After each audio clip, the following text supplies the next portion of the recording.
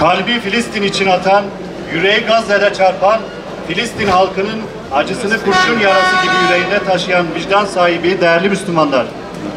İlk kıblemiz Mescid-i Aksa için, Kudüs için, bombardıman altındaki Gazze için buradayız. Şehit olan tüm kardeşlerimiz için, gözü yaşlı analar, bağrı yanık babalar için, süt kokulu bebekler için buradayız.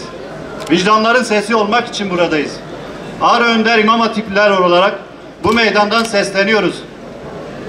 Kana doymayan işgalci, katil Siyonist İsrail'i lanetlemek, mazlum Filistin halkının haklı davasına destek vermek için buradayız.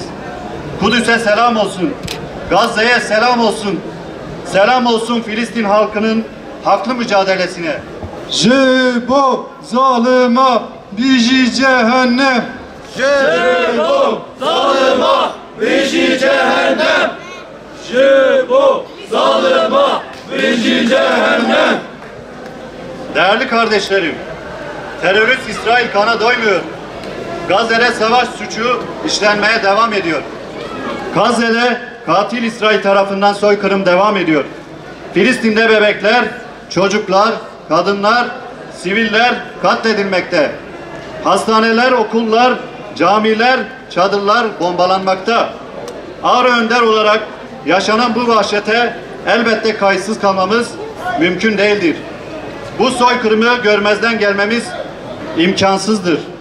Sivil ve masum insanlara yönelik saldırıları nefretle kınıyor, hayatlarını kaybeden Filistinli kardeşlerimize Cenab-ı Allah'tan rahmetler diliyor, yaralılara şifalar temenni ediyoruz. Allahu Ekber! Tekbir! Allahu